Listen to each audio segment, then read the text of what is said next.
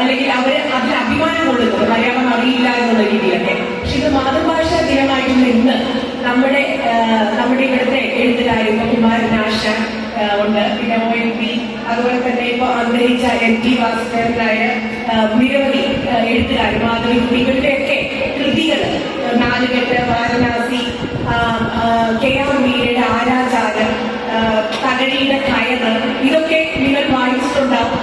അപ്പോൾ ഇതൊക്കെ നമ്മുടെ മാതൃഭാഷയ്ക്കും നമ്മുടെ മലയാളത്തിലൊക്കെ വലിയൊരു സമ്പത്തും കോൺട്രിബ്യൂഷനും ഒക്കെ തന്നെയാണ്.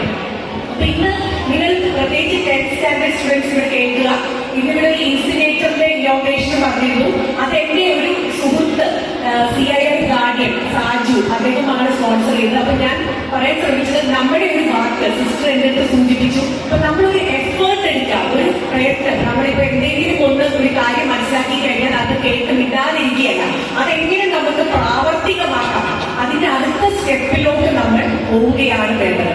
അത് തന്നെയാണ് ഇന്ന് ആവശ്യം. അപ്പൊ നമുക്ക് ഇമ്പോസിബിൾ ആയിട്ടൊന്നുമില്ല, അസാധ്യമായിട്ടൊന്നുമില്ല. ഇന്നത്തെ ഈ ഒരു നിർമ്മിത ബുദ്ധിയുടെ ChatGPT ഒക്കെ ഈ ഒരു കാലഘട്ടത്തില് നമുക്ക് ആ ഒരു മുഖത്തോട് മുഖമൊക്കെയുള്ള സംഭാഷണവും സ്നേഹവും കരുതലും, ഈ പ്രാവീണ്യം നമ്മൾ പറഞ്ഞിട്ടുള്ളതുപോലെ സഹജീവികളോടുള്ള സ്നേഹം, കമ്പാഷൻ, ആർദ്രത, ഇതൊക്കെ തന്നെയാണ് വേണ്ടത്.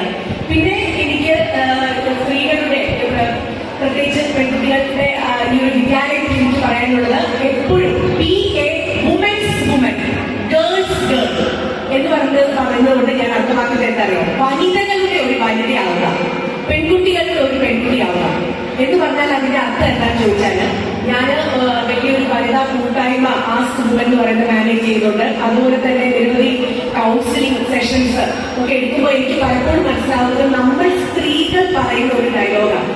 പല ഇപ്പോൾ ബോസ് ആണെങ്കിലും എംപ്ലോയർ ആണെങ്കിലും അല്ലെങ്കിൽ ഒരു അമ്മായിയമ്മ പല ലെവലിൽ നിൽക്കുമ്പോൾ നമ്മൾ പറയുന്ന ഒരു സെന്റൻസ് ആണ്, ഞങ്ങളൊക്കെ ഇത്രയും കഷ്ടപ്പെട്ട് അനുഭവിച്ചിട്ട് ബുദ്ധിമുട്ടിയിട്ടൊക്കെയാണ് ഈ ഒരു നിലയിൽ എത്തിയത്, അതുകൊണ്ട് തന്നെ നിങ്ങളും അനുഭവിക്കണം എന്നുള്ള ഒരു, അതായത് നമ്മൾ ആ ബാന്ധക്കെട്ട് അടുത്ത തലമുറയിലോട്ട് കൈമാറാനായിട്ടാണ് ശ്രമിക്കുന്നത്, ചെയിൻ ബ്രേക്ക് ചെയ്യുന്നതിന് പകരം. അതുകൊണ്ടാണ് ഞാൻ പറഞ്ഞത്, നമ്മളൊരു എംപ്ലോയി, നിങ്ങൾ ഭാവിയിൽ ഒരു ബോസ്, എംപ്ലോയി അല്ലെങ്കിൽ മദറിലോ എന്നീ ലെവലിലൊക്കെ വരുമ്പോൾ യങ്ങറായിട്ടുള്ള വരെ ചേർത്ത് പിടിക്കുകയാണ് വേണ്ടത്. അതൊന്ന്, അങ്ങനെയാണ് നമ്മൾ വുമൻസ് വുമൻ ആവുന്നത്. ഗേൾസ് ഗേൾ, പെൺകുട്ടികളുടെ പെൺകുട്ടി, ഇതിലൂടെയൊക്കെ വനിതാ ശാക്തീകരണം സാധ്യമാകും. പിന്നെ രണ്ടാമത് ഞാൻ ശ്രദ്ധിച്ചിട്ടുണ്ട്, ഇപ്പൊ വനിതകളോട് നമ്മൾ എന്തെങ്കിലും ഒരു പാചകത്തിന്റെ റെസിപ്പി ചോദിക്കുകയാണെങ്കിൽ അത് ഫുള്ളായിട്ട് പറഞ്ഞു തരുന്ന ഒരു വനിതയില്ല. ഏതെങ്കിലും 2-3 ഇൻഗ്രീഡിയൻസ് മനഃപൂർവ്വം ചിലപ്പോൾ അവർ അവോയ്ഡ് ചെയ്യും. അല്ലെങ്കിൽ ഒരു ടൈലറിംഗ് ടിപ്പ്, തയ്യലിന്റെയോ അല്ലെങ്കിൽ ഒരു ട്യൂഷന്റെയോ എന്തെങ്കിലും ഒരു ഇൻഫർമേഷൻ ചോദിക്കുകയാണെങ്കിൽ അത് പറഞ്ഞു തരാനുള്ള ഒരു മനസ്സ് കാണിക്കുന്നില്ല.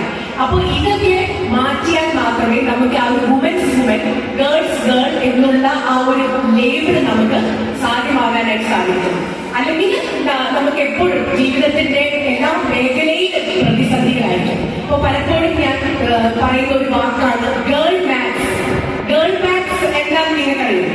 ഗേൾ മാത്സ് എന്ന് പറഞ്ഞാൽ, നിങ്ങളിപ്പോൾ ഒരു കുടുംബജീവിതത്തിലോട്ട് പ്രവേശിക്കുന്നു, നിങ്ങൾക്ക് നിങ്ങളുടെ സ്വപ്നങ്ങളുണ്ട്, അംബീഷൻ ഉണ്ട്, ഡ്രീംസ് ഉണ്ട്, പക്ഷെ അത് ഫാമിലി എങ്ങനെ ബാധിക്കും, മക്കളുടെ കാര്യം, നിങ്ങളൊരു യാത്രയ്ക്ക് പോകുമ്പോൾ കുടുംബത്തിന്റെ കാര്യം ആരും നോക്കും, മക്കളെ എങ്ങനെ വളർത്തും, ഇങ്ങനെയുള്ള കണക്ക് കൂട്ടലുകൾ, മാത്സ്, അതിനാണ് പറഞ്ഞത് ഗേൾ മാത്സ്.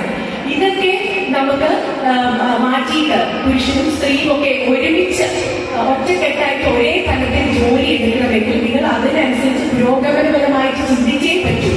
ഇപ്പൊ ഡ്രസ്സിന് മാത്രം നമ്മൾ ഒരുമിച്ചായിട്ട് കാര്യമില്ല. അപ്പൊ അന്ന് കഴിഞ്ഞ ദിവസം ആനുവൽ ഡേറ്റ് വരെ സൂചിപ്പിച്ചിരുന്നു, ഇവിടെ ഈ ഒരു മിക്സഡ് കോ എഡ്യൂക്കേഷൻ സ്കൂൾ ആളുകളാണ് സ്വപ്നം എന്ന് എനിക്ക് പ്രിൻസിപ്പൽ ചെയർമാൻ പറഞ്ഞിരുന്നു.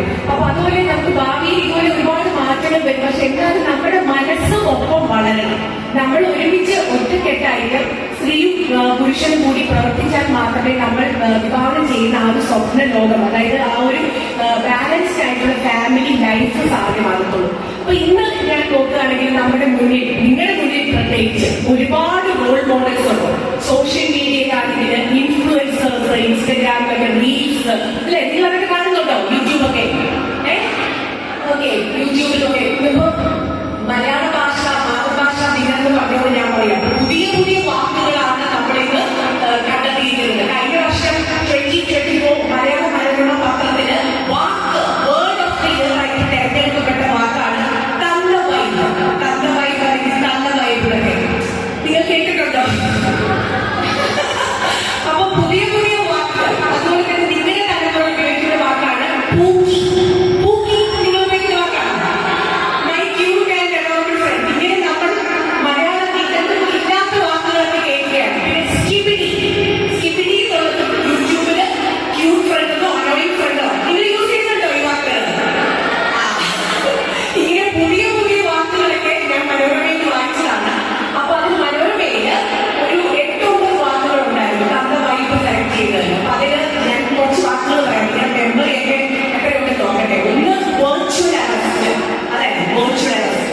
വെർച്വൽ അറസ്റ്റ് എന്താന്ന് ചോദിച്ചാൽ എനിക്കിപ്പോ ഓൺലൈൻ വഴി ഒരുപാട് തട്ടിപ്പ് നടക്കുന്നുണ്ടല്ലോ.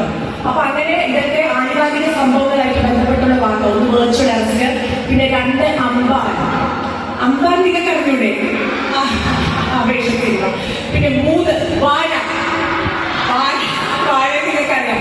അനസൻ മടിയനായിട്ടുള്ള ഒരു വ്യക്തിയെ വിശേഷിപ്പിക്കാനും പിന്നെ അതൊരു സിനിമയും ഉണ്ട്. പിന്നെ 4 പവർ ക്യൂബ്.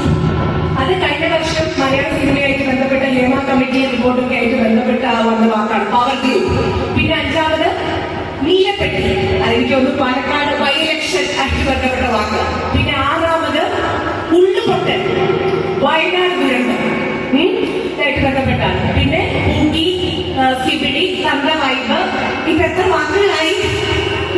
വെർച്വൽ അറസ്റ്റിന്റെ നോക്കണം. നിങ്ങളുടെ മെമ്മറി എത്ര ഉണ്ട്, ഓർമ്മ എത്ര ഉണ്ട് നോക്കണം. ആദ്യം പറയാൻ പറ്റില്ല ഞാൻ പറഞ്ഞ വാക്കുകൾ. പൂക്കി. പിന്നെ ഒരു വാക്കുകൂടെ ഉണ്ട്, നമ്മുടെ തൃശ്ശൂർ അടുത്താണല്ലോ പൂരം.